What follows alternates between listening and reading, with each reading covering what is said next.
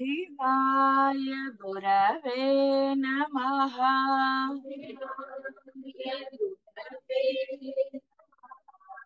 शिवाय गुरवे नमः।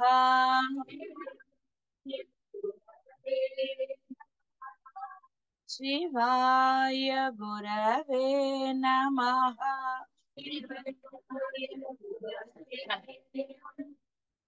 शिवाय गुरवे नमः।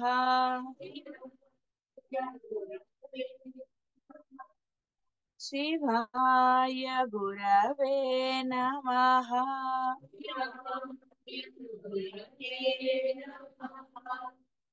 ప్రయత్నమాత్రమైన నేను అనేది ఉండాలండి. అనుకోవటం అనేది ఉండకూడదు. నువ్వు ఏదనుకున్నా అది మంచే కదండి అనుకునేవాడు ఒకడు ఉంటాడు. బ్రహ్మంకి అనుకోవాల్సిన పని లేదు.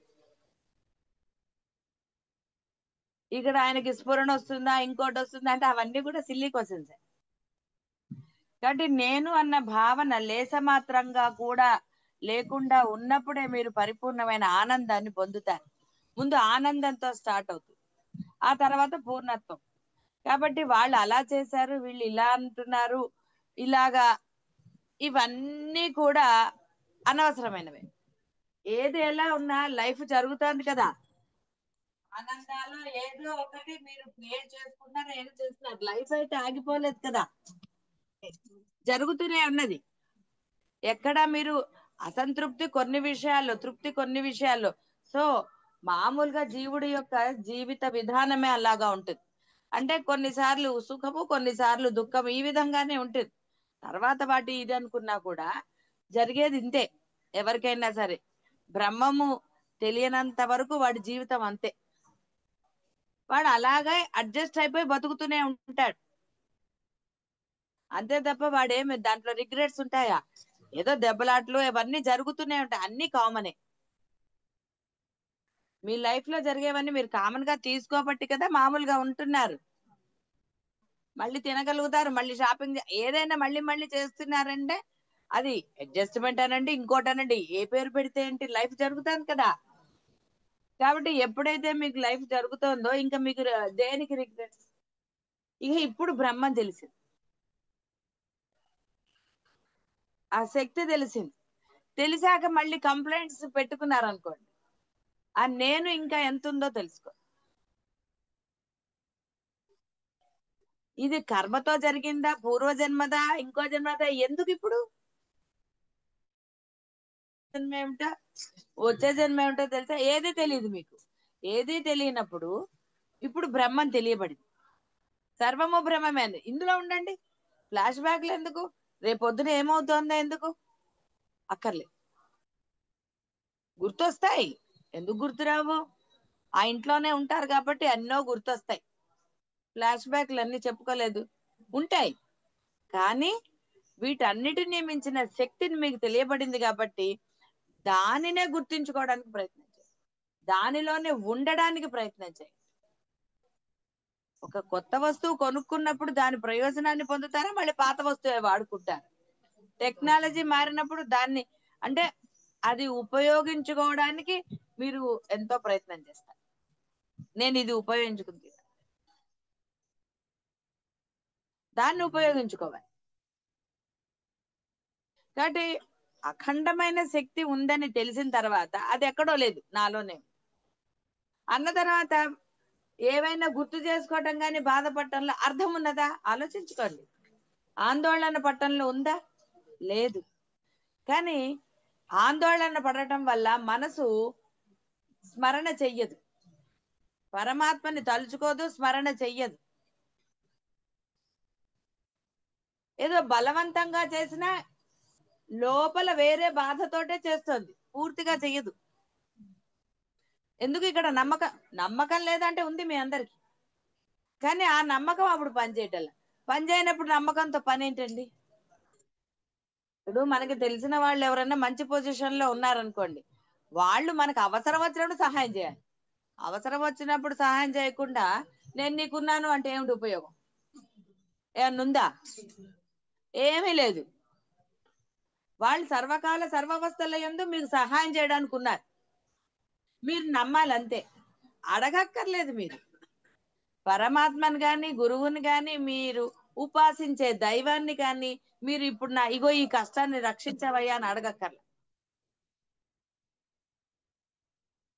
మీరు కష్టాన్ని గుర్తించకుండా ఉంటే చాలు. ఫ్లాష్ బ్యాక్లు ఆలోచించకుండా ఉంటే చాలు. ఎవరికి లేవు కష్టాలు? చీమకు కూడా మాటలొస్తే చెప్పదండి చీమ. ప్రతిదానికి ఉంటాయి కష్టాలు. మరి మీకు బ్రహ్మం తెలిసే లాభం? చీమకి తెలిసే అవకాశం లేదు పాపం. కానీ మీకు తెలియబడింది. ఎలా ఉండాలో బోల్డ్ ఉపాయాలు చెప్పబడ్డాయి. మిమ్మల్ని ధైర్యంగా నిలబెట్టడానికి మీకు కనపడే గురువు కనపడుతున్నారు. పోనీ ఉపాసించే దైవం కనపడదండి, బ్రహ్మం కనపడదు అనుకున్నా ఏదో ఒక రూపం అయితే కనపడుతోంది కదా పాపం. మిమ్మల్ని ఏమో పోయి మీ కర్మ అండి ఏం చేస్తారు అనుభవించండి అంటారు ఎప్పుడన్నా గురువు? ఎప్పుడు మీరు ఎంత ఇది చేసినా మళ్ళీ అంత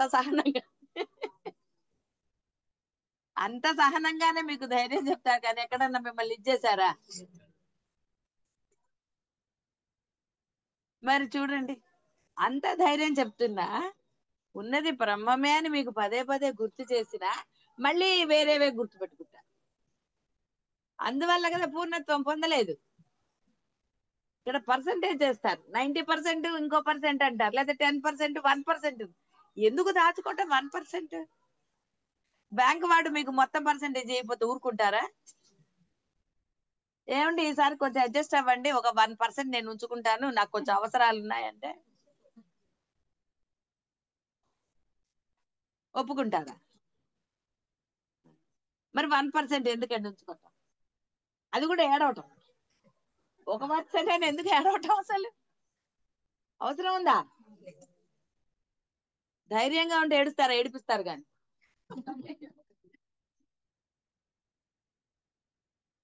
ఇక్కడ ఏడిపించడానికి ధైర్యం అంటల్లా, మీరు ఏడవకుండా ఉండడానికి ధైర్యం. మీకున్నారు కదా, అవతల వాళ్ళకి ఉన్నారా లేదా అన్నది వాళ్ళది. వాళ్ళకి ఎవరున్నా లేకపోయినా వాళ్ళు ధైర్యంగానే ఉన్నారు. ఉన్నారు కదా. సో వాళ్ళకి ఏది జరగాలి అది జరుగుతుందా ఇంకోట అవసరం లేదు మీకు అవి ఆలోచించడానికి కానీ. ఏమైపోతారో వాళ్ళు అనడానికి లేదు. ఏమైపోతారో అన్నప్పుడు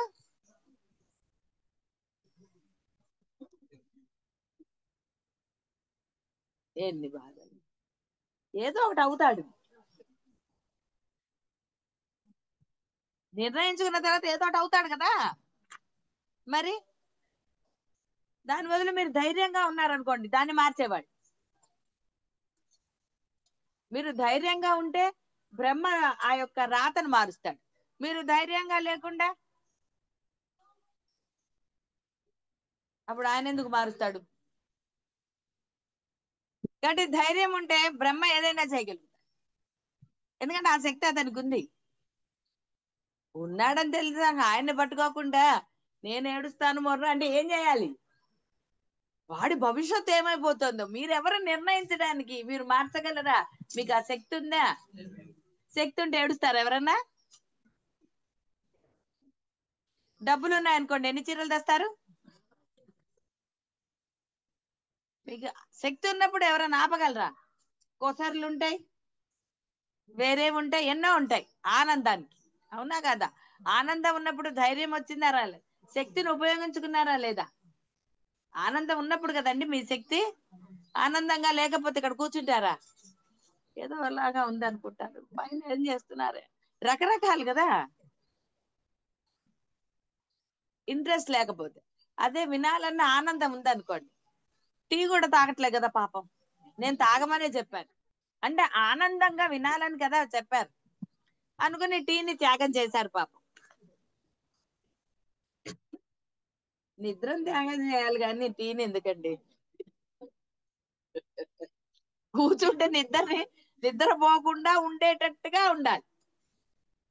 అలా నవ్వుతూ ఉన్నారనుకోండి చెప్పాలనిపిస్తుంది. అలా ఉన్నారనుకోండి ఏం చేస్తాను చెప్పండి? కొంచెం నవ్వాలి కదా. గంభీరంగా ఉంటే ఎలాగా? గురువే గంభీరంగా ఉండడు. ఎందుకంటే ఇది ఆనందంతో పొందవలసింది, బాహ్యం. మరి బ్రహ్మం అంటే ఆనందం అని చెప్పి మేము సీరియస్ గా ఎలా చెప్పాలి? నువ్వు అనాలన్నా నాకు రాదు కదా ముందు. బలవంతంగా కోపాన్ని మీ మీద యాక్ట్ చేయాలి. ఏదో దారికి వస్తారు. అంటే పరమ సత్యం ఎప్పుడు ఆనందంగానే కదా. నేను ఆనందంగానే పొందాను, నేనేం సీరియస్ గా పొందలేదు.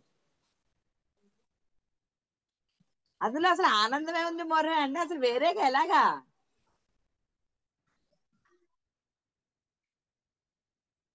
చెప్పగలమా? నీరసంగా ఉన్నా నవ్వుతాం గాని ఆనందం లేకపోతే నీరసంగా ఉన్నా గంభీరమే. ఆనందంగా ఉన్న వాళ్ళు నీరసంగా, పిల్లలు ఆడరు, ఎగురుతూనే ఉంటారు.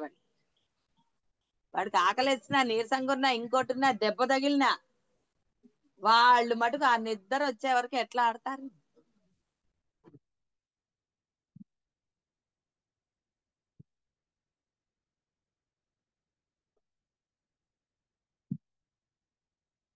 కాబట్టి ఈ యొక్క లేస మాత్రమైన భావం మీలో ఉండదు.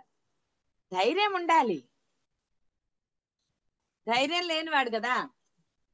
కుక్క వెంట పడుతోంది అనుకోండి, ధైర్యం ఉన్నవాడు అటు ఇటు చూస్తాడు, ఆయ్ అని అరుస్తాడు అని మీద. లేనివాడు పరుగు లంఘించుకుంటే దానికి ధైర్యం వచ్చి అది పరుగు. అదే మీరు ఎదురు తిరిగితే అది వెళ్ళిపోతుంది తోక ముడుచుకుని. మీరు కూడా అరిస్తే దానికన్నా గట్టిగా అరవాలి. అంటే బహుబవని మీరు అరవక్కర్లే, దాని భాషలో అది అరుస్తుంది, మీ భాషలో మీరు అరవాలి. అది వెళ్తున్నా వెళ్ళదా, ఇంకొంచెం ధైర్యం ఉన్నదైతే మీదకి వస్తుంది. అప్పుడు మీరు కూడా ఫైట్ చేయాలి కదా ధైర్యంగా. మీరు భయపడితే కరుస్తుంది. జరగవా? పరిగెడితే చూడండి, రన్నింగ్ రేస్ భలే ఉంటుంది కదా.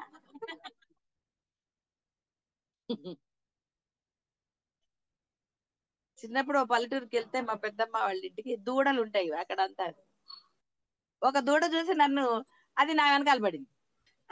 నేను భయంతో వాళ్ళ ఇంటి ముందర వాటర్ ట్యాంక్ ఉంటుంది దాని చుట్టూ నేను పరిగెత్తి, మా పెద్దమ్మేమో లోపలికి రావి, అది రాదులే, దాన్ని పట్టుకుని అది దొరకదు, నేను దొరకను. భయం. చిన్నపిల్లలు ఎనిమిదో క్లాసా లేకపోతే ఎనిమిది, అంత చిన్నపిల్లలు. అరుపులు, నేనే పట్టుకోండి దాన్ని, పట్టుకోండి దాన్ని అంటే, నువ్వు ఆగవే ఫస్ట్, దాన్ని పట్టుకోవచ్చు, అది ఆగుతుంది, నువ్వు ఆగితే కానీ ఆగదంటే. అసలు వినేది ఎక్కడ ఉంటుంది మనం పరిగెట్టేటప్పుడు. అప్పుడు ఎవరో వచ్చి గబుక్కుని నన్ను పట్టుకుని పట్టుకుపోయారు, ఇది ఆగేటట్టు లేదని. చూసారా భయం ఎలా ఉంటుంది? అది దూడ, ఏం చేస్తుంది అది, దానికి ఏమైందో అది అది రాగానే నేను ఇలా జరగవు. కుక్కలతో కొంచెం డేంజర్, కరుస్తుంది, వాళ్ళు ఇంజక్షన్లు చేయించుకోవాలి.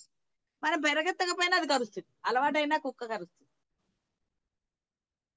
ఏదో ఒకటి జరుగుతుంది కదా. దాని బదులు ధైర్యంగా ఉంటే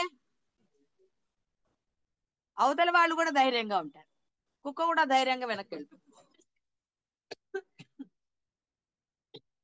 కాబట్టి ఆలోచించుకోండి. వాడి భవిష్యత్ అని తలుచుకుని ఏడుస్తారా? ఏమీ పర్వాలేదు, గురువు ఉన్నాడు అన్ని మారుస్తాడు, పరమాత్మ ఉన్నాడు మారుస్తాడు అని ధైర్యంగా ఉండి వాడికి ధైర్యం చెప్తారు. మీరు ధైర్యంగా లేనప్పుడు వాడికి ధైర్యం ఎలా చెప్తారండి? వేరే వాళ్ళకి, పిల్లలకి. మీరు వాళ్ళతో పాటు కూర్చుని ఏడుస్తారు. అయ్యో జ్వరం వచ్చిందా కన్నా అలా అన్నా అంటే వాడు భయపడిపోతాడు ఇంకా. వాడికి మందులు ఇస్తే మటుకు తగ్గుతుందా, అమ్మా నాకేమన్నా అయిందా, అమ్మా ఎలా ఉంటానమ్మా, నాకు ఇలా తగ్గుతుందా లేదా అంటాడు. అయ్యో కన్నా తగ్గుతుందిలే కన్నా, నీకెందుకు వచ్చిందిరా అంటే ఏమైతుంది వస్తే అనాలి. ఏం పర్వాలేదు తగ్గుతుంది, మంది చెడగా మాట్లాడకుండా వేసుకో అని అంటమే, ధైర్యంగా ఉండాలి. అంతేగాని దెబ్బ తగలగానే ఎవడ్రా నిన్ను పడేసింది, ఏమైతుంది, ఆటల్లో పడతాం, నష్టమేం లేదు, వాడు చిన్నపిల్లడు పడేసాడు సో వాట అనాలి. అప్పుడు వాడి మీద కోపం రాదు, ఇంక ద్వేషం రాదు, ఇంకోటి రాదు. చక్కగా ధైర్యంగా అలా ఉండాలి. ధైర్యం చెప్పాలి పిల్లలకి, లేదా మీరు తల్లిదండ్రులుగా ఎందుకండి వేస్ట్ గా కదా. మీకు ధైర్యం ఉండాలి. చెప్పాను కదా, ఒక అబ్బాయిని, చిన్నపిల్లాన్ని కుక్క కరిచింది ఇక్కడ, వాళ్ళ అమ్మ ఏడ్చింది. వాడు అన్నట్ట, ఏం కాదమ్మా చిన్నదేగా తగ్గిపోతుంది అన్నట్టు. అందరి పిల్లలకి ఆ ధైర్యం ఉంటుందా? వాడు ఏడుస్తాడు, నాకేదో అయిపోయింది అనుకుంటాడు. అంటే లేస మాత్రమైన ఆ జీవభావము, అంటే ధీరత్వమో భీరత్వమో తెలుసు కదా, ఉండరాదు. జీవుడికి ఏదున్నా బాధే కదండి, కాదా? కానీ ఆ యొక్క ధైర్యము ధీరత్వం ఉంటే వాడు దాన్ని పట్టుకుంటాడు. మేకపోతు గాంభీర్యం పనికిరాదు. అది తెలుసు కదా మేకపోతు గాంభీర్యం అంటే. అంతేగా మరి. ఇది కాకుండా వేరే చెప్పానంటే దానికి అపోజిటే. మేకంటే ఏదో మాకు తెలియదు అనకండి మళ్ళీ. నేను ఇప్పుడు జేబులు లేవు నాకు అసలు అలా వెళ్ళిపోవడానికి.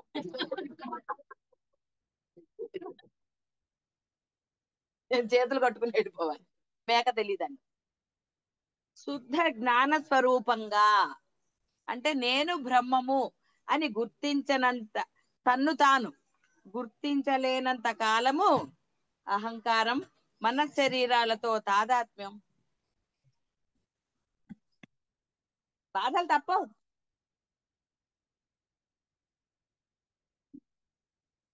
చిన్నప్పుడు పిల్లలకి ఏదైనా వస్తే వాడికి బాగవడానికి ఉపచారాలు చేశారా, ఏం చేశారండి? ధైర్యం సంగతి తర్వాత, డాక్టర్ దగ్గర తీసుకెళ్లి బాగు చేయడానికి వచ్చేసి అంటే వాడికి బాగు చేయడానికి చూశారు. మరి పెద్దయ్యాక ఎందుకండి పిల్లల గురించి ఏడుస్తారు? అప్పుడు కూడా అదే చేయాలి కదా, ధైర్యంగా వాళ్ళని బాగు చేయడానికి సామ భేద దాన దండోపాయాలు ఏదో ఒక ఉపాయాన్ని వాడు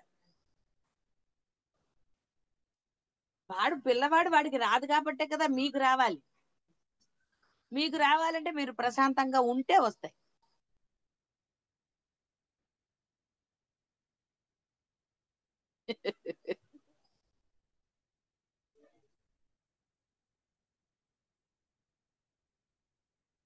కాబట్టి ఈ యొక్క శరీరమే నేను, అంటే ఈ జీవుడు అనే భావం తగ్గాలి. కలకంటున్నంతసేపు ఆ కలకనే వ్యక్తిని నేను కాననే అనుమానం లేసం కూడా ఉండదు. జాగ్రత్త అవస్థలో నిజంగా ఉన్న నన్ను నేను గుర్తించలేను. కల నుండి మెలకు వచ్చిన తర్వాతనే నన్ను నేనుగా అనుభవపూర్వకంగా తెలుసుకోగలుగుతున్నాను. అంటే లేచాకే కదా అది అంతా కళ అని తెలిసింది. కళలో ఉన్నప్పుడు కళ అంటారా? అంటే ఒక లాంటి కళ కంటున్నాం, కొంతమందికి తెలుస్తూనే ఉంటుంది. అయినా కళలో మరి కొన్ని కనపడినప్పుడు ఆనందం అనుభవిస్తుంటారు. అప్పుడు వాడు ట్రై చేయడు, ఇది కళ అని తెలిసినా కళలోంచి బయటికి రాడు. అదే ఏ పూలు వస్తే చూసారా, కళల్లో కూడా రకాలు కదా. భయపెట్టే కళలు వస్తే వెంటనే లేచి మంచినీళ్ళు తాగుతారు. అంటే మీరు బతుకున్నారో లేదో మీకు తెలియాలి కదా. మంచినీళ్ళు ఎందుకు తాగమంటారంటే ఆ భయం నుంచి అని కాదు, నువ్వు బతికే ఉన్నావురా, చూసావా లేచావు నన్ను గుర్తించావు అని చెప్పడానికి. లేకపోతే మంచినీళ్ళు ఎందుకండి? అంతే కదా. అంటే వాడికి వచ్చా అంటే ఇప్పుడు చూడండి, ఒక్కొక్కసారి లేచి అయోమయ స్థితిలో ఉంటారు కదా, నేను లేచున్నానా లేదా అంటే అసలు ఎక్కడున్నానో తెలియదని మంచినీళ్ళు తాగితే గుటకేస్తాడు కదా. గుటకే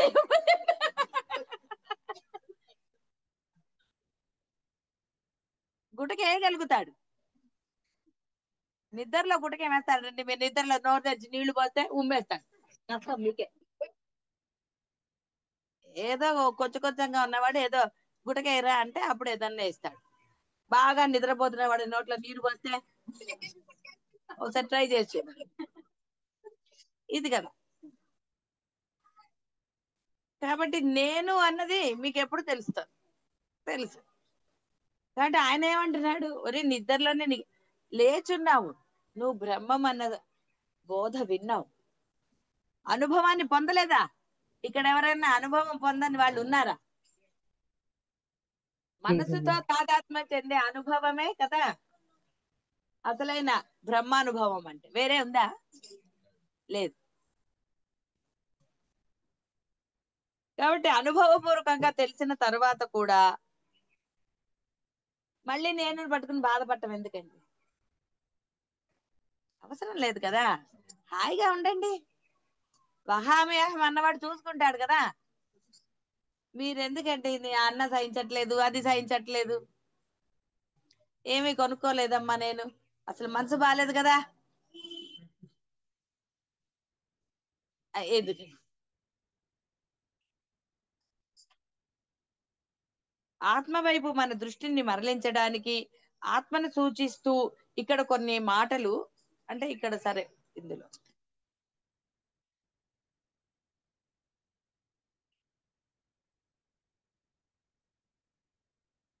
సాధారణంగా తెలివైన మనిషి తనకు తన చుట్టూ ఉన్న ప్రపంచాన్ని చూసి గుర్తిస్తూ అలా గుర్తించగలుగుతున్న బుద్ధే తానని అనుకుంటాడు. బుద్ధి ద్వారానే నానాగోలలు, బుద్ధే నేనని అనుకుంటాడు. ఇప్పటి వరకు వేరేదని ఇప్పుడు మళ్ళీ బుద్ధికి వచ్చాడు. అన్ని మేమే కదా, మనసు మీద కాదా? మనసు వేరేగా ఉందా? ఉందా? బుద్ధి వేరేగా ఉందా? కాబట్టి మనసు, బుద్ధి, తలకాయి, మెదడు, ఎన్నన్నా పేర్లు పెట్టుకోండి. ఎన్ని పేర్లు పెట్టుకున్నా మీరు అది అవుతారా? అవన్నీ నావే అనుకున్నప్పుడే కదా, వాటిని వాడినప్పుడే. వశిష్ఠుల వారు అందుకే చెప్పాడు, తలకాయ లేకపోతేనే హాయి, బుద్ధి లేకపోతేనే హాయి. అందుకే పిల్లలతో పోల్చారు. వాడికి బుద్ధి లేదని అనరు మీరు, వాడికి బుద్ధి ఉంది. ఆ వయసులో వాడికి ఏం బుద్ధి ఉంటుంది? వాడికి తెలియదు, స్వార్థం అనేది కూడా పెద్ద ఏం తెలియదు. వాడికి పరిచయం ఉన్న దాంతో వాడు విన్న మాటలు, వాడిని వాడు ఏదో వాడేస్తాడు, సందర్భానుసారం వాడికి తెలిసిన సందర్భంలో వాడేస్తాడు. అది సెట్ అవ్వచ్చు, సెట్ అవ్వక. కానీ మీరు మీ బుద్ధిని వాడుతున్నారంటే మీకు తెలీదా? తెలుసు కదా. అనవసరంగా బాధపడుతున్నామని కూడా తెలుసు, కానీ బాధపడితే బాగుంటుందని బాధపడతారు. అంటే బాధపడకపోతే వాళ్ళు ఏమైనా అనుకుంటారేమో అనుకోరా?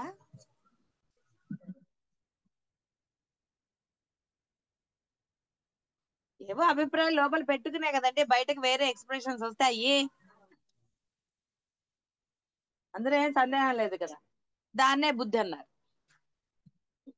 ఈ బుద్ధికి అతీతంగా సత్య అన్వేషి దృష్టి మళ్లించడానికే ఆచార్య శంకరులు ధీ సాక్షిణాం, ధీ అంటే బుద్ధి,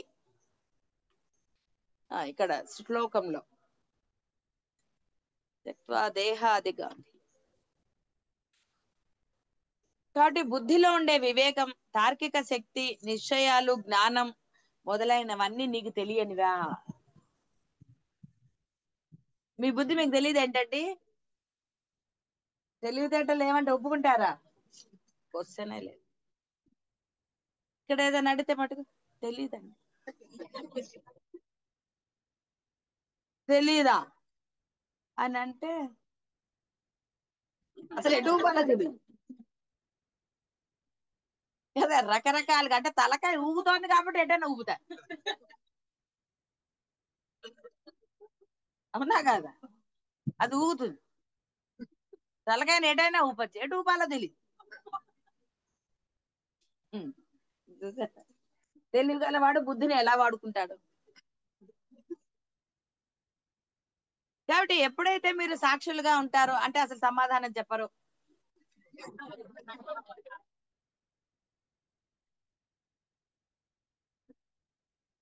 సాక్షి అంటే సమాధానం చెప్పకపోవటమే కదా. తలకాయ ఊపకూడదు సాక్షి, మీరు సమాధానం చెప్పి తీరాలి సాక్షిత్వం పొందాలంటే. అంతేగాని అడ్డంగా తిప్పాలా, నిలువుగా తిప్పాలా, ఎటు తిప్పాలో అర్థం కాకుండా రకరకాలుగా తిప్పితే బుద్ధి ఎన్ని రకాలో మీరే వ్యక్తం చేశారన్న.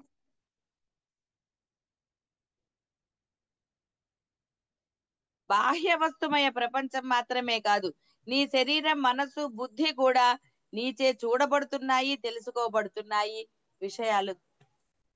దాన్ని ఒక విషయంగా మీరు పక్క వాళ్ళకి చెప్తారు కదా. చూసిన దాన్ని విన్నదాన్నే కదండి పక్క వాళ్ళకి కొంచెం మసాలా వేస్తారు. నిజంగా జరిగింది జరిగినట్టు చెప్తారు ఎవరన్నా? బా, ఏమి నిజాలు కదా. మొదటిసారి ఇప్పుడు చెప్పట్లేదండి, అంటారు. అసలైతే చెప్తారు కదా ఎందుకు. అందుకే చిన్నప్పుడు ఒక గేమ్ ఉండేది. ఫస్ట్ వాడికి ఒక మాట చెప్తారు, ఓ 10 మంది నిల్చోబెడతారు, వెనకాల వాడికి వచ్చేసరికి అది వేరేది అయిపోతుంది. పిల్లలకి తెలియాలని అలా జరగకూడదు. నువ్వు ఏది విన్నా అంటే నీకు ఏది చెప్పబడిందో అదే చెప్పాలి అని తెలియడానికి. కానీ అది గేమ్ గా పెట్టేసరికి పిల్లలు దాన్ని సరదాగా తీసుకుని నవ్వేశారు. చిన్నప్పుడు ఉండేది అది.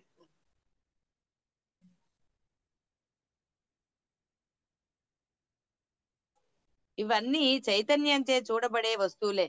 ఇవన్నీ అనాత్మలే. మనం అన్వేషించవలసినది ఆత్మ మాత్రమే. బాహ్య ప్రపంచంలో ఏమిటండి తెలుసుకునేది? ఏం తెలుసుకోకర్లా. తెలుసుకుని ఏం చేస్తారు? మీరేమైనా తయారు చేస్తారా? ఏం చేయరు కదా. ఎలక్ట్రానిక్స్ ఒక ఆవిడ చదివి రేడియోలో ఏముందో చూద్దామని పాతకాలం రేడియోలు ఇప్పదీసి పెట్టడం రాలేదు.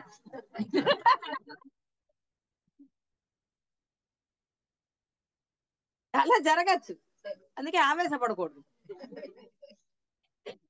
మళ్ళీ సోషల్ పాఠంలో చెప్తారు కదా, బంగారం గట్టి లోహం అని చెప్పరు, చాలా గట్టి లోహం అని చెప్తారు కదండి, ఎరగదని. అంటే అది కరెక్టో కాదో తెలుసుకోవడానికి ఒక అమ్మాయి ఏం చేసింది, డాబా మీదకి వెళ్ళి చెవిరింగు తీసి ఇరిగిపోయి. అంటే ఆ అమ్మాయికి తెలిసిన బంగారం చెవితో ఇవే కదా. ఏం చేయాలి ఇప్పుడు? రింగు పెట్టుకోకపోతే తల్లి తిడుతుంది, అడుగుతుంది కదా ఏది అని. అప్పుడు వెళ్ళి చెప్పింది, క్లాస్ లో పాఠం చెప్పారమ్మా, అట్లా గట్టిది అన్నారు, విరగదు, మంచి అలా అని చెప్పారు, అందుకని ట్రై చేశానని అని రెండు అలా పెట్టేసి. మరి ఎక్స్పెరిమెంట్ చెయ్యాలి కదా. అప్పుడు తెలిసింది ఆర్నమెంట్లు విరగొట్టకూడదని. వేరే ముద్ద బంగారం అయితే విరగదు అనేది కొంతకాలం తర్వాత. అప్పుడు ఎలా తెలుస్తుంది? అప్పుడు భయం కదా. సైలెంట్ గా రెండు ఆవిడ చేతిలో పెట్టి, అమ్మ టీచర్ చెప్పింది కాబట్టి చేశా కానీ నాకు తెలియదు అని చెప్పి వెళ్ళిపోయి. సరే ఏదో పాపం తల్లి కొంచెం అప్పుడు, మన చిన్నగా ఉన్నప్పుడు తల్లులు మంచిగానే ఉంటారు కదండి, తిట్టారు కదా. కొంచెం పెద్దయ్యాక తిడతారు. అప్పుడు తిట్ల, సర్లేని ఏదో బాగు చేయించి.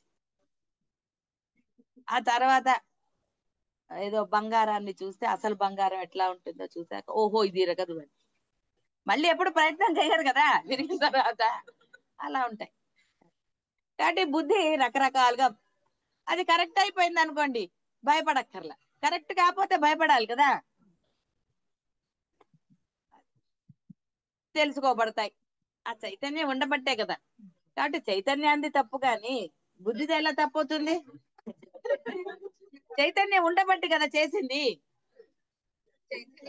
చైతన్యం లేకపోతే ఎందుకు చేస్తారు?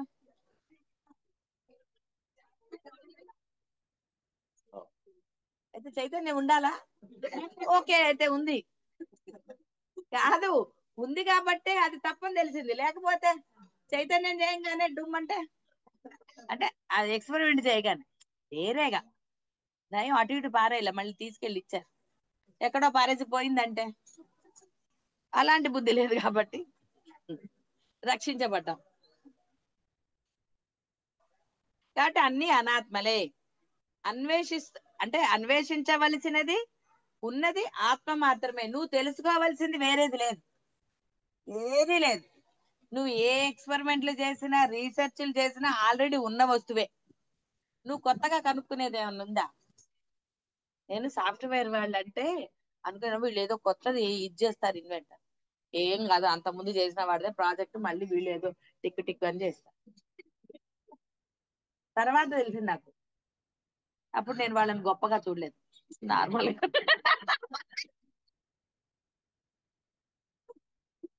ఏదో మీటింగ్లు అంటారు, అదంటారు, ఏమి చేయరు అక్కడ. ఎందుకు మీటింగులు అర్థం కాదు అసలు. మీటింగులు పెట్టుకుంటారు, చాలా సీరియస్ డిస్కషన్. ఇలా రకరకాలు. నిజంగా మీటింగ్ వల్ల ఎప్పుడు ఏ ఉపయోగం ఉండదు. మీటింగ్ ఏమో ఉంటాయి, అవి ముందే చేస్తారు కదా, అవి తెలియనివా? తెలియని విషయాలు మీటింగా ఏముండదు. తెలిసిన ముందే పంపిస్తారు వాళ్ళకి. లిస్టు. ఈ విషయాలు మీటింగ్ లో ఉంటాయి. ఇంకేముంది? కాబట్టి మీరు తెలుసుకోవాల్సింది కేవలం ఆత్మ మాత్రమే. దాన్ని తెలుసుకోవడానికి జాగ్రత్త, దాన్ని తెలుసుకోవడానికి మీ బుద్ధిని ఉపయోగించండి. బుద్ధితో విని బుద్ధితో దాన్ని మాత్రమే అన్వేషించండి. అనవసరంగా బుద్ధిని వేరే వాటికి ఉపయోగించకండి. బుద్ధి కూడా పరిమితికి లోబడింది కదా. తర్వాత జ్ఞాపక శక్తి, మరి వయసు వస్తున్న కొద్ది జ్ఞాపక శక్తి తగ్గిపోతుంటే బుద్ధిని ఏం వాడతారు ఇంకా కదా. కాసేపటి తర్వాత ఎందుకు ఏడుస్తున్నామో అర్థం కాదు. పిల్లవాడు చూడండి, కళ్ళు తుడుచుకుని ఏంటది వాడు ఏడుస్తున్న విషయం మర్చిపోయాడు. అక్కడ కొత్త వస్తువు కనపడగానే అంటే వాడికి సరిగ్గా కనపట్టలేదు, కళ్ళు తుడుచుకుని మరి ఏంటది వాడు అనలేదు. అట్లాగే మీరు కూడా ఎందుకు ఏడుస్తున్నారో మర్చిపోతారు మరి. కాబట్టి ఏ తెలుసు కావాలో దానికి ఉన్నప్పుడే, బుద్ధి ఉన్నప్పుడే వాడేసేయాలి. అంటే ఈ బుద్ధిని ప్రపంచానికి కాకుండా ఏది తెలుసుకోవాలని నిర్ణయించబడిందో దానికి వాడండి. ఎంత హ్యాపీ. అనవసరంగా బుద్ధిని బుద్ధి అంతా పోయిందండి, ఇప్పుడు బుద్ధి లేదండి అంటే చాలా కష్టం. సాధకుడు తనలోని ఆత్మని చూడాలని ప్రయత్నించి తీరాలి. సహజంగా ఆత్మ కాని వాటిని చూడటం మానేయాలి, అంటే గ్రహించటం మానేయాలి. అంతేగాని గాంధారి కళ్ళ గంతలు కట్టుకుందని కట్టుకుంటారా? తండ్రికి ఎలాగూ లేదు. ఆవిడైనా కళ్ళు తెరిచి పిల్లల్ని సరిగ్గా చేయాలి కదా. తల్లి ధర్మం మర్చిపోయి అది భార్య ధర్మం అనుకో. ఎందుకండి? దాన్ని బట్టి కదా దుర్యోధనుడికి ప్రాబ్లం అయింది. కళ్ళు కనపడలేదు కదా, మరి ఎందుకు? తల్లి ధర్మాన్ని మర్చిపోతే ఎలాగా? మళ్ళీ 100 మంది పిల్లలు ఎంత పని వాళ్ళు ఉన్నా సరిగ్గా పెంచుతారా? ధర్మాన్ని మర్చిపోలేదు. బుద్ధి ప్రచోదయాత్ అయింది ఆవిడికి. కాబట్టి చూడటం మానేయాలంటే గ్రహించటం మానేయాలి. వాటన్నిటి నుండి దృష్టి మరల్చి ఆత్మ వైపు నిశ్చలం చెయ్యాలి. ఏదో పెద్ద వర్డ్ లాగా అంటే కొంచెం గంభీరంగా కష్టంగా ఉంటుంది కదా. ఎందుకంటే ఆత్మ అంటే సింపుల్. ఆత్మ వైపుకు ఉండండి చాలు, అంతకన్నా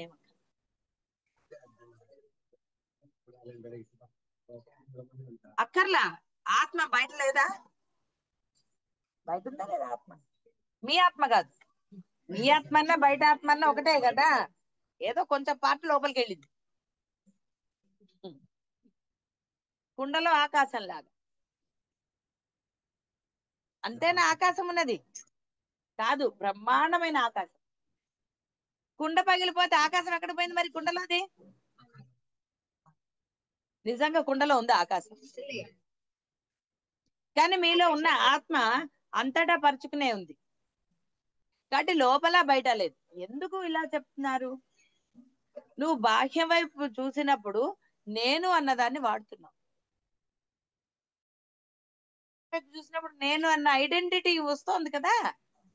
ఏదో ఒకటి డాక్టర్ అనో యాక్టర్ అనో కాకపోయినా బంధం గుర్తొస్తుంది కదా, నేను ఫలానా అని. సో బాహ్యంలో ఇవన్నీ వస్తున్నాయి. అందుకని అంతర్ముఖం అన్నారు. లోపల బంధాలు ఉన్నాయా? లోపల ఏ బంధాలు ఉన్నాయి? ఏం కనపడతాయి మీకు లోపల? ఎవరికి లోపల ఏవో ఉన్నాయని తెలుసు కానీ అస్థిపంజరం గుర్తురాదు కదా కళ్ళు మూసుకుంటే. అస్థిపంజరం గుర్తుంటే కళ్ళే మూసుకుంటాడు వాడు. అందుకని కాస్త దైవ భక్తి ఉన్న వాళ్ళు లోపల ఆ రూపాన్ని భావించడానికి ప్రయత్నం చేస్తారు. అప్పుడు వాడు కాస్త ధైర్యం ఉంటుంది లోపల ఎవరు. అందుకని ఏం చెప్పారు? ఎక్కడో లేడురా, భగవంతుడు నీలోనే ఉన్నాడు అని చెప్పబడింది. నీలోనే ఉన్నాడు కాబట్టి నువ్వు ధైర్యంగా ఉండు, ఏం పర్వాలేదు ఆయన. కాబట్టి ఇక్కడ ఎందుకని ఏం చెప్పారంటే నువ్వు కళ్ళు మూసుకో, అప్పుడు ఏకాగ్రత కుదురుతుంది. ఎందుకంటే కళ్ళు తెరిచినప్పుడు నీకు బంధాలు కనపడుతున్నాయి, విషయాలు కనపడుతున్నాయి, లోపల నుంచి ఆందోళన కలుగుతోంది. ఇవన్నీ నిన్ను స్థిమితంగా కూర్చొని, నీకు తెలుసు అవన్నీ ఆత్మలే అని తెలుసు, ఉన్నది అదే, కానీ మళ్ళీ నేను అంటున్నావు. అందుకని ఏమన్నాడు? ఒరే కొన్నాళ్ళు ఒక దీక్షగా ఏకాంతంగా ఇది ప్రాక్టీస్ చెయ్యి. అందరూ ఆత్మలే, అంటే పరబ్రహ్మ స్వరూపాలే నాతో సహా. ఇవన్నీ నశించేవే, ఇవన్నీ మీకు అనుభవాలే. బంధాలు ఎప్పుడు ఉన్నాయా? పోని అంటే వాళ్ళు ఉన్నారు, పోయారని కాదు నా ఉద్దేశం. ఎప్పుడు ఒక రకంగానే ఉన్నారు అందరు మీతోటి గాని, మీరు వాళ్ళతో గాని. సో బంధం అనేది మారుతోంది. బంధం మారుతోంది అంటే నేను వేరే వేరేగా, బంధం యొక్క అంటే అత్త వేరేగా అయింది, కోడలు కాస్త కూతురు అయింది, అలాంటివి చెప్పటం లేదు. బంధం పట్ల మీ యొక్క బుద్ధి మారుతుంది. బంధాల పట్ల మీ బుద్ధి మారుతుంది, ఎప్పుడో ఒక రకంగా లేదు. పరిస్థితుల పట్ల, వస్తువుల పట్ల, మీ పట్ల, సర్వం పట్ల మీ బుద్ధి మారుతూనే ఉంది. ఇక్కడ మారలేదు, స్థిరంగా ఉంది అనటం చాలా కష్టం. దైవం పట్ల ఉందనడానికి కూడా లేదు. ఏదన్నా వస్తే ఫస్ట్ దైవ పూజ కదండి మానేస్తారు. మరి అప్పుడు మారలేదా బుద్ధి? పర్వాలేదు అనలేదు, కుదరలేదు అనలేదు. ఏమైందండి? ఎక్కడైనా సరే మానసికంగా చేసుకోవచ్చు కదా పూజ. మరి మనం చేస్తామా? సరే అంటే దేని పట్లైనా బుద్ధి ఈజీగా మారి. అందుకని ఏమన్నారంటే లోపలికి వెళ్ళరా అంటే ఇవేమీ చూడకుండా ఆ యొక్క నిశ్చలంగా కొంచెం దీక్షగా నువ్వు ప్రయత్నం చేయాలి. దానికి ఆధారంగా ఒట్టిగా కళ్ళు మూసుకుంటూ కూర్చుంటే జరిగిపోయినవో ఏవో గుర్తొస్తూ ఉంటాయి కదా, ఏదో ఆలోచన అప్పుడు బ్రహ్మాండంగా వస్తాయి. ఎందుకంటే ప్రశాంతంగా ఉన్నారు, ఏం చూడలేదు, ఎవరేం చేస్తున్నారు చూడాలి. ఎవరైనా చూస్తారంటే ఏదన్నా చేయగలరండి కాన్సన్ట్రేట్ గా? ఆఫీస్ వర్కే చేయలేరు, టెన్షన్ అక్కడ ఏమైపోతుంది. అందుకని దీక్ష కళ్ళు మూసుకోరా. ఆ కళ్ళు మూసుకున్నప్పుడు మళ్ళీ ఆలోచన రాకుండా ఉండటానికి. ఎందుకు మహర్షులు తపస్సు చేశారు అడవుల్లోకి వెళ్ళి? ఏకాంతంగా ఎందుకు చేశారు వాళ్ళు? వాళ్ళు కూడా మహర్షుల్లో గృహస్థులు ఉన్నారు లేరా? వాళ్ళకి అరణ్యం అంటే భయం లేదు కాబట్టి వెళ్ళారు. మీరు ఇప్పుడు అరణ్యంలో తపస్సు చేసి రండి అంటే వెళ్తారా? సరే ఆవిడ ఎలానని చెప్పేసి భయం, కానీ భయపడుతూ చేయమని చెప్పలేదు. ఏసీ వేసుకుని చేయండి అనే కదా చెప్పారు. ఉన్నప్పుడు ఏసీ వేసుకోమన్నారు కదా. కానీ ఏసీ వేసుకుంటే ఇంకో ప్రాబ్లం, చలేస్తే మళ్ళీ లేచి పని చేయాలి. ఆ కంఫర్టబుల్ పొజిషన్ లోనే కూర్చోమన్నారు. మీకు ఎక్కడ కంఫర్టబుల్ అలా కూర్చోండి, వేరే పొజిషన్ అక్కర్లేదు. కూర్చోగలిగినప్పుడు అలా ఎలా కూర్చో ఉన్నాయి.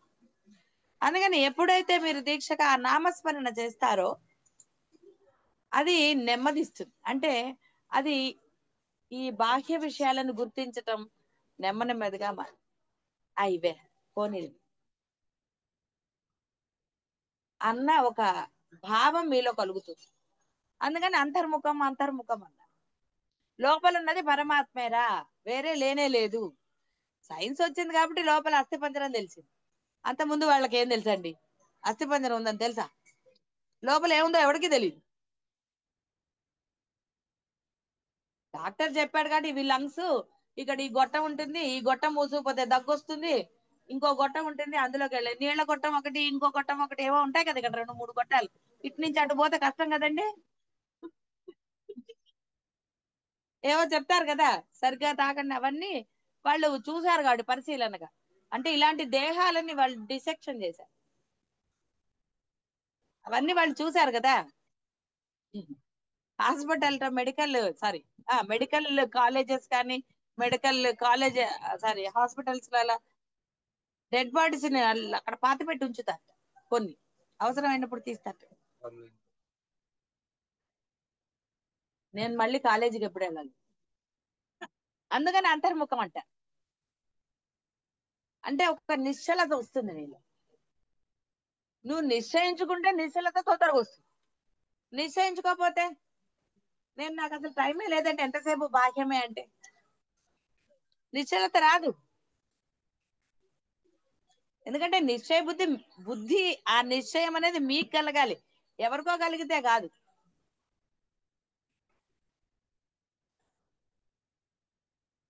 నేను చేశాను అవన్నీ, చెప్పాను కదా. గేట్ తాళాలు, ఫోను అన్ని, అసలు ల్యాండ్ ఫోన్ భయంకరంగా మోతు. అది నిశ్చయ బుద్ధి మీలో ఉండాలి. నేను వాడను అన్న బుద్ధి ఉంటే తొందరగా. లేదు నాకు అవన్నీ కావాలి అంటే అది మోగుతూనే ఉంటుంది. సెల్ ఫోన్ పక్కన పెట్టుకుంటే అది గుర్రు గుర్రు అందు అనగానే మీ గుర్రు పోతుంది. మరి ఏం లాభం? నిశ్చయ బుద్ధి ఉన్నారు అనుకోండి, సెల్ ఫోన్ అవతల బారేస్తారు. గదిలో ఒక గంట సేపు నిశ్చలంగా సెల్ ఫోన్ లేకుండా బతకలేకపోతే ఎలాగండి? అంటే నిశ్చయ బుద్ధి ఉన్నవాడైతే చేస్తాడు. అప్పుడు రాకేమవుతుంది? వచ్చి తీరుతుంది. నిశ్చయం మీదే.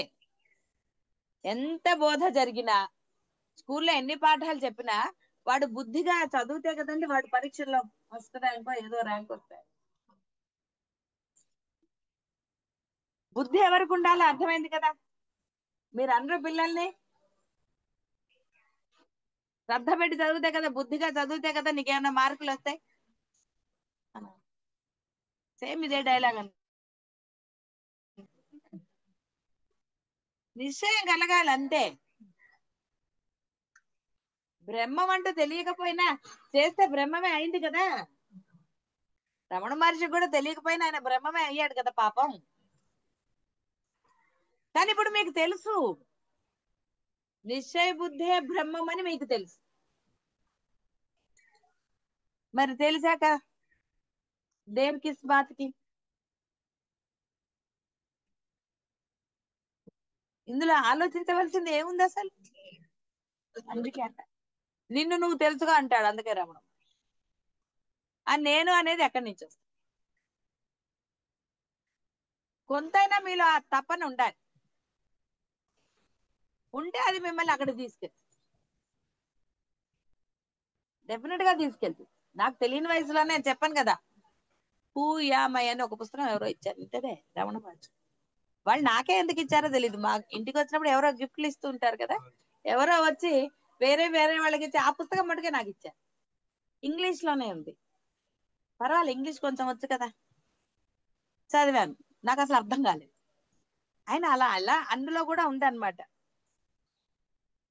ఆలోచిస్తే ఎంతసేపటికి ఫలానా అన్న అంటే ఈ బాహ్యమైన ఐడెంటిటీనే వస్తుంది తప్ప వేరేది రావటం. రమణ మహర్షి అని అప్పుడు తెలిసింది అన్ని అయినా కూడా ఆయన అన్నం ఒక అర్థం కాలేదు. నేను ఎవరన్నది ప్రశ్న ఏమిటి అసలు?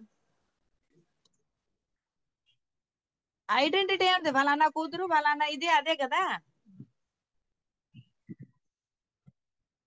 సరేలే అన్నాను.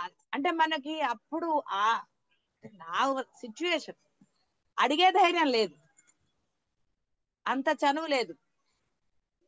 అంటే తల్లిదండ్రులతో కావచ్చు, వేరే వాళ్ళతో కావచ్చు. సో మనసులో కొన్నాళ్ళు అలా ఉండేది ఆ పుస్తకం చూసినప్పుడు. తర్వాత పుస్తకం దాచేసా. మనకి పుస్తకాలు సరిగా విడిగా ఇస్తారు కదా, కొంచెం ఇంట్లో ఒక స్పేస్ ఉండదు, అక్కడే ఉండేది. వచ్చినప్పుడు కాసేపు ఆలోచించేదాన్ని, అబ్బా తెలియట్లేదులే అనేసి మళ్ళీ పెట్టి. ఇప్పటికీ ఉండాలి ఆ పుస్తకం. తెచ్చాను అరుణాచలానికి. ఆ తర్వాత తర్వాత సరే, అవన్నీ జరిగాయి అనుకోండి. అంటే ఎప్పుడు నీకు తెలియబడాలో ఆయన తెలియచేస్తాడు. మార్గాన్ని ఏర్పరిచారు. కాబట్టి అహంకారం లేకుండా ప్రయత్నించు. నేను ప్రయత్నం చేస్తున్నాను కదా అని మనము, నేను ఎప్పుడు ఎవరికి ఏం చెప్పలే నేను ఇలా చేసుకుంటున్నానన్న చేసే టైం ఎవరికి తెలియదు. ఫోన్ ఎత్తపోతే కంగారు పడతారని ఈయన ఒక్కదానికి చెప్పాను. ఎందుకంటే ఇక్కడ ఫోన్ ఎత్తపోతే అక్కడికి చేస్తారు. అందుకని పొట్టిగా చెప్పి ఎవరికి ఇవన్నీ చెప్పక్కర్లేదు, జస్ట్ పనిలో ఉందని ఏదో చెప్పండి అని. లేదా అందరు కంగారు పడి ఇంటికి వచ్చి తలుపులు పోయి చేస్తారు.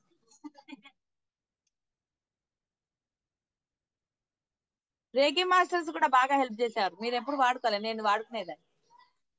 1 అవర్ నన్ను ఎవరైనా డిస్టర్బ్ చేశారంటే ఊరుకోనని చెప్పేదాన్ని వాళ్ళు. కరెక్ట్ గా 1 అవర్ అయ్యాక డిస్టర్బెన్స్ వచ్చేది. అప్పటి నుంచి డిస్టర్బెన్స్ అయితే నేను లేచే వరకు అనేది. ఎందుకంటే నేను 1 అవర్ టైం చెప్తే వాళ్ళు 1 అవర్ కి నాకు ఏదో డిస్టర్బెన్స్ చేశారు.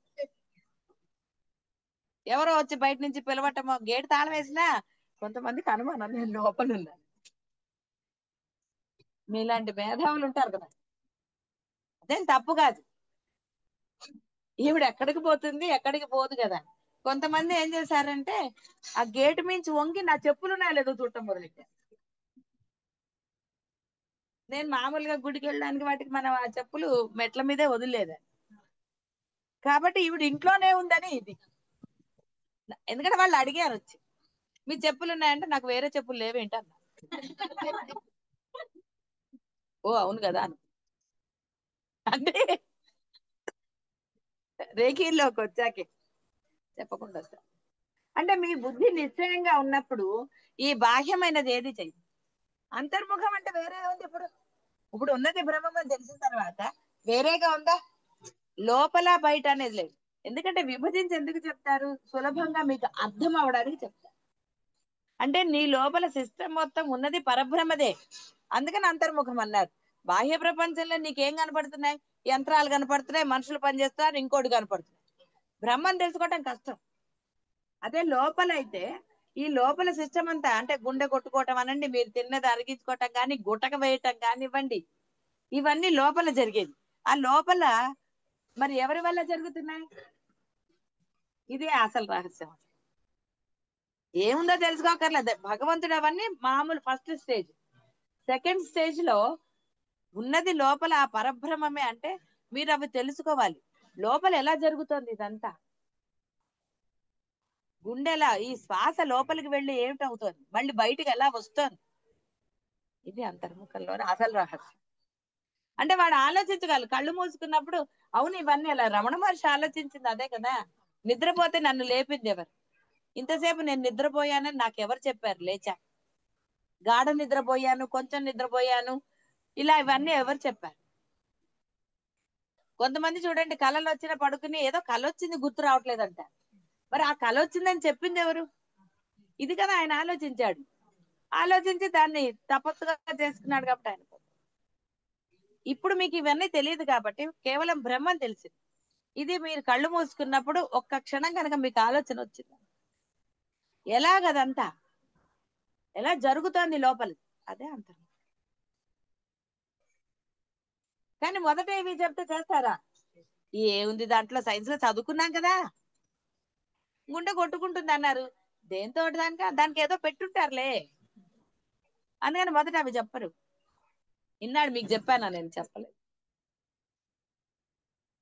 అందుకని లోపల మనస్సులో ఒకటి భావన చెయ్యండి అన్న. మళ్ళీ రూపం చేస్తే మళ్ళీ అది కూడా అయింది కదా, రూపం పోవటలేదండి. అందుకని కేవలం నామమే చెప్పండి.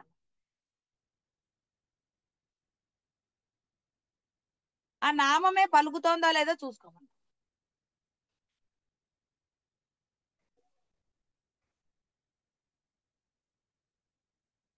మీరు ఏం చేస్తున్నారు? నామం చెప్తున్నారు.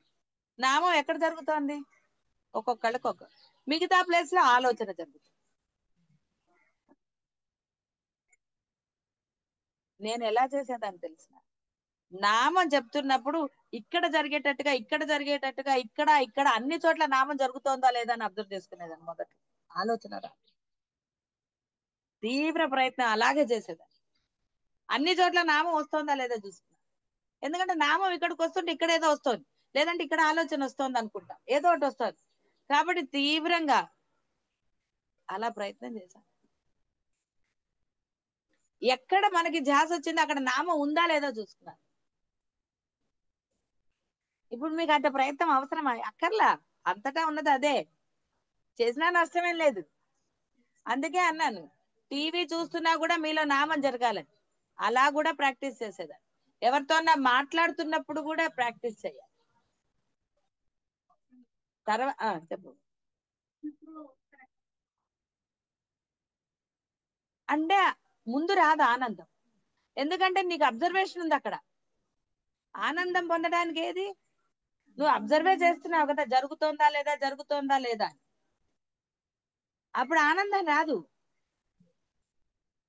అబ్జర్వేషన్ లో ఆనందం ఎక్కడ ఉంటుంది? వేరే దాన్ని చూస్తున్నాం మనం. పిల్లవాడు చేస్తున్నప్పుడు అలా అబ్జర్వ్ చేస్తూ ఉన్నాము, అది బాహ్యంది కాబట్టి నవ్వుతున్నారు. ఇది అంతర్ముఖంది, అంటే నీది నువ్వే అబ్జర్వ్ చేస్తున్నావు. నీది నువ్వే అబ్జర్వ్ చేస్తున్నావు. రెండోది ఎలా పొందుతావు? రెండోది పొందేది చాలా తక్కువ. గర్వంగా ఫీల్ అవుతాం, ఆహా నేను చెయ్యగలిగాను అని. అది ఆనందం అనుకుంటా కదా. ఆహా నేను చేయగలుగుతున్నాను, గర్వాన్ని ఆనందంగా ఫీల్ అవుతారు మీరు.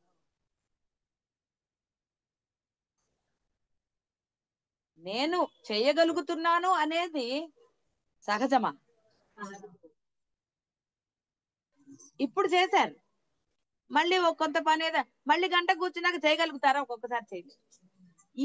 ఈ గర్వం వదిలేస్తే నేను చేయగలుగుతున్నాను అని దీనికి అలవాటు చేసే వరకు గమనించాలి. అలవాటు అయ్యాక గమనించక ఆటోమేటిక్ గా మనకు తెలిసిపోతూనే ఉంటుంది, సర్వత్రా ఆ నామం జరుగుతూనే ఉంటుందని నీకు తెలిసిపోతుంది. ఇంకా వేరే అబ్జర్వేషన్ ఎందుకు అక్కర్లేదు కదా. పిల్లవాడు తప్పటడుగుల నుంచి బాగా నడుస్తున్నాడు అన్న తెలిసాక తల్లి అబ్జర్వ్ చేస్తుందా? వాడు తప్పటడుగులు వేసేటప్పుడే చూస్తారు సరిగ్గా నడుస్తున్నాడు అని. కొంచెం అయిన తర్వాత వాడు వదిలేసి నడుస్తాడు, అప్పుడు కూడా కొంచెం జాగ్రత్తగా. తర్వాత ఇది ఎప్పుడైతే అబ్జర్వేషన్ నశించిందో అప్పుడు ఆనందం పొందుతారు. ఈ ఆనందం పొందుతున్నాను అన్నది కూడా మర్చిపోయినప్పుడు అసలైన ఆనందం. మీరు అది గుర్తిస్తున్నంత కాలం రెండోసారి రాదు. మళ్ళీ ప్రయత్నం చేస్తారు, మళ్ళీ రాదు. ఎందుకంటే మీ దృష్టిలో ఒకటి ఉంది, ఆనందం పొందాలి నేనని. అందుకని అప్పుడు మెడిటేషన్లు చేసిన ప్రతిసారి ఒకళ్ళే కనపడ్డారా? రకరకాలు కదా. కాబట్టి ఎవ్రీ టైం మీరు అదే పొందుతాను అని అనడానికి లేదు, ఎందుకంటే మీరు ఒకటి ఫిక్స్ అయ్యారు, ఆనందమే కావాలన్నారు. దానికన్నా మించిన ఆనందం ఉన్నదని గుర్తించినప్పుడు దాన్ని మర్చిపోతారు. దీనికన్నా బెస్ట్ దొరుకుతుంది అన్నప్పుడు కదండి వేరే చూస్తారు. బెస్ట్ తిరగకపోతే అదే చూసుకుంటారు కదా. మీరేం చేస్తున్నారు? ఈ ఆనందమే కావాలి అంటున్నారు. అంటే ఒకటి దగ్గర ఫిక్స్ అయ్యారు కాబట్టి ఆ ఆనందం మళ్ళీ అలా దొరకదు. ఎందుకంటే అప్పుడున్న బుద్ధి వేరు, తర్వాత ఉన్న బుద్ధి వేరు. అప్పుడు బుద్ధి ఆనందం పొందాలని మాత్రమే ఉంది, ఇప్పుడు ఈ బుద్ధి ఏమంది? అది మాత్రమే అంది. అలాంటి ఆనందం అంది. బుద్ధిలో తేడా వచ్చింది కదా. తేడా వచ్చినప్పుడు ఎలా పొందుతారు? అంతే మరి. అలాంటిది ఎందుకు అంటున్నారు?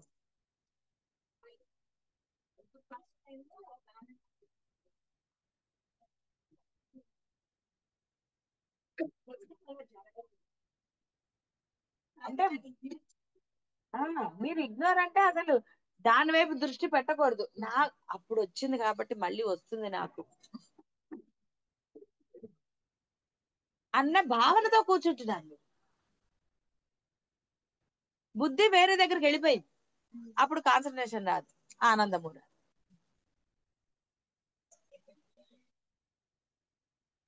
ఎప్పుడు కూర్చున్నా కూడా పరబ్రహ్మమే ఉన్నది అనుకున్న అసలు ఏ భావన లేకుండా కూర్చోవాలి.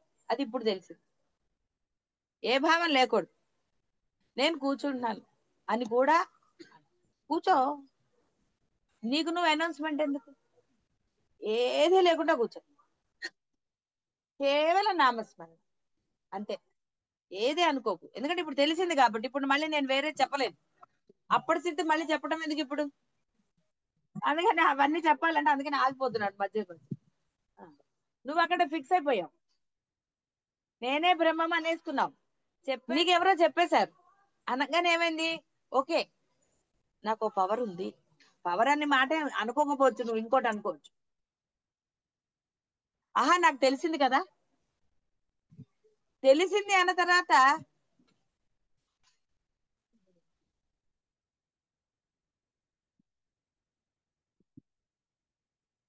కాబట్టి ఆయన ఒట్టిగా చెప్పండి నీలోనే ఉంది అని.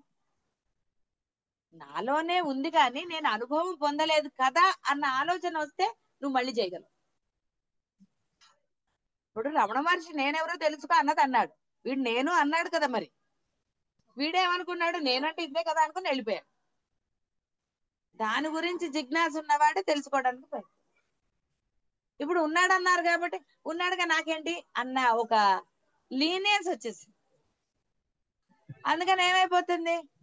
ఫైన్ అయ్యా, ఐఎమ్ సంథింగ్.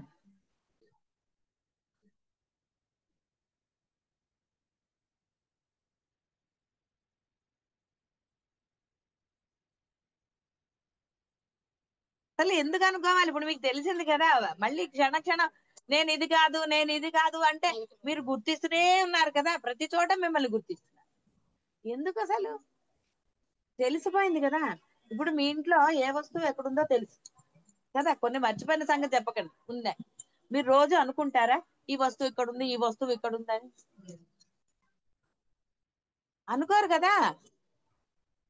మరి ఇక్కడ అంత మెమరీ ఉంది కదా, మెమరీ ఉంది కదా, ఆ మెమరీ తోటే కదా అది ఎక్కడుందో మరి వెంటనే అడగగానే చెప్తారు. మరి ఆ మెమరీలో నేను బ్రహ్మం అన్నది ఎందుకు లేదు? సహజంగా జరిగిపోతుంది కదా. ఆకలిస్తుంది కాబట్టి నేను తినాలి, ఇవన్నీ అనుకుంటున్నారా? మరి నేను బ్రహ్మం, నేను బ్రహ్మం అనుకోవటం ఎందుకు తెలిసిన తర్వాత? మెమరీలో ఫిక్స్ అయిపోవాలి కదా. ఎంతో మెమరీ ఉంది కదా. మీ నగలేంటో మీకు తెలీదు.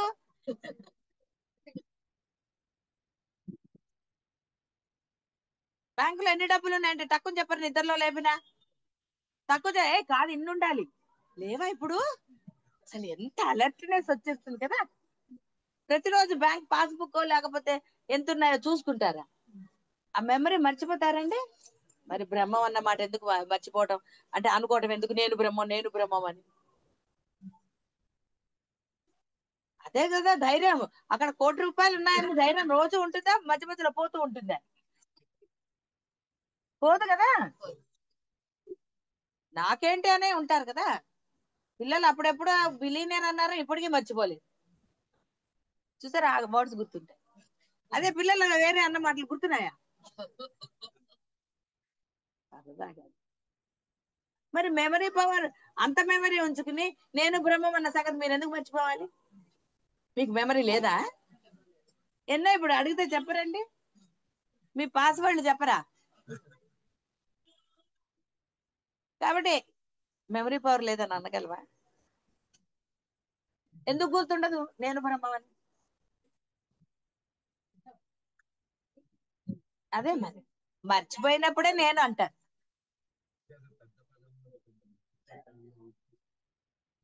అన్ని లేవు అక్కడ ఉద్దేశం. అది అబద్ధమే.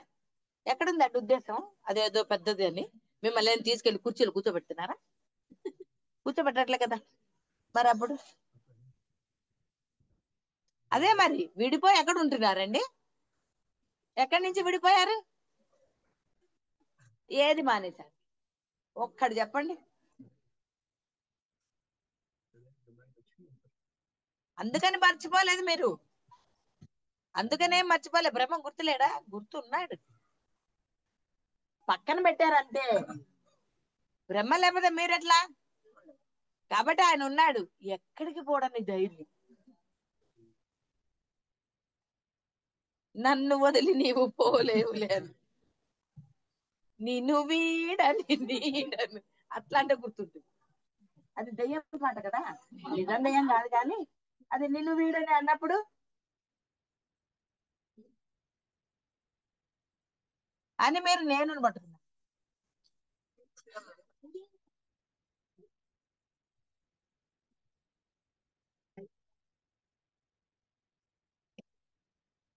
ఎక్కడ దేనికి సంబంధించిన స్టేట్మెంట్స్?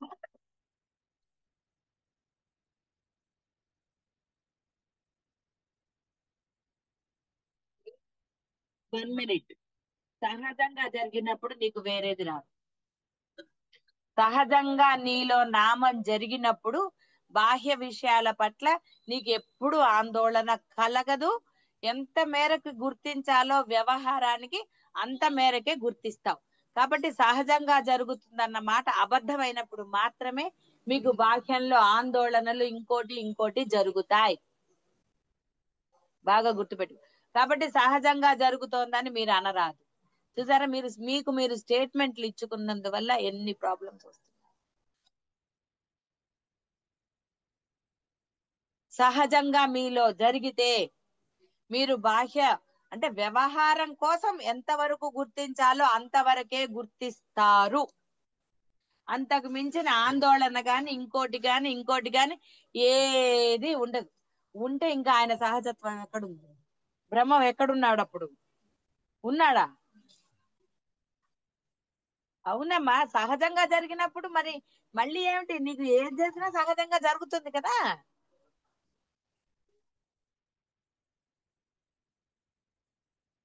అదే చెప్తున్నాను నేను నీకు. సహజంగా జరగనప్పుడు ఫోకస్,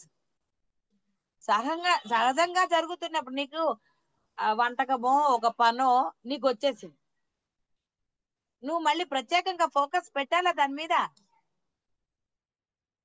రెండు రెండ్లు ఎంత అంటే మళ్ళీ రెండు రెండు అని చూస్తారా? మీకు వెంటనే నాలుగని వస్తుంది కదా. మరి ఫోకస్ ఎక్కడుంది? ఉందా అక్కడ? దేనికి ఫోకస్? సహజంగా వచ్చేస్తుంది అది ఆన్సర్. ఫోకస్ ఎక్కడ పెడతారు? మీకు సహజత్వం వచ్చాక ఫోకస్ అనే మాట అవసరమా? మరి మరి ఇన్నెందుకు? ఎప్పుడైతే నేనుతో వ్యవహారం చేస్తున్నానని నీకు అనిపించిందో ఆ రెండో సెకండ్ నువ్వు ఎందుకు నామస్మరణ చేయటం లేదు? ఇన్ని ఆలోచించుకుని అందుకనే నాకు నేను వచ్చింది అని సమర్థించుకుంటున్నా. ప్రతి జీవరాశిలోనూ బ్రహ్మాన్ని చూడటము అనేది కేవలం బోధలో చెప్పబడుతుంది. మీకు ఏ జీవరాశిని చూసినా వేరే భావన రాకూడదు.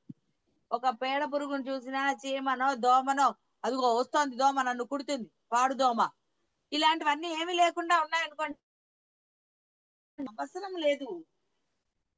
మీరు నామం చేసినప్పుడు మనుషుల మీదైనా వేరే వాటి మీదైనా ఒక ఏహ్య భావమో, ఒక భయమో, ఒక జుగుప్స, ఇలాంటి ఏవి రాకపోతేనే మీరు అందులో బ్రహ్మాన్ని చూసినట్టు.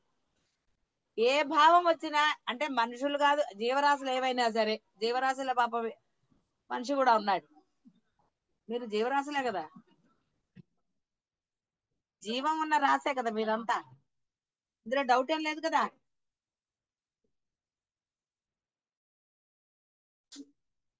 ఏ అభిప్రాయం రాదో అప్పుడు అది బ్రహ్మమే అని మీరు గుర్తించు. మీరు గుర్తిస్తే మీరు బ్రహ్మంగా గుర్తించినప్పుడు నామ ఆగిపోవటం లేదు. వాళ్ళ మీద కోపం వస్తే ఆ రెండు క్షణాలు ఫ్లాష్ బ్యాక్ గుర్తు రాలేదు, దాంతో పాటు మళ్ళీ ఫ్రెష్ గా కొన్ని అభిప్రాయాలు జోడిస్తారు. ఫ్లాష్ బ్యాక్ తో వదిలేస్తారండి, మళ్ళీ ఫ్రెష్ అభిప్రాయాలు జోడించరు. శుభం భూయాలు.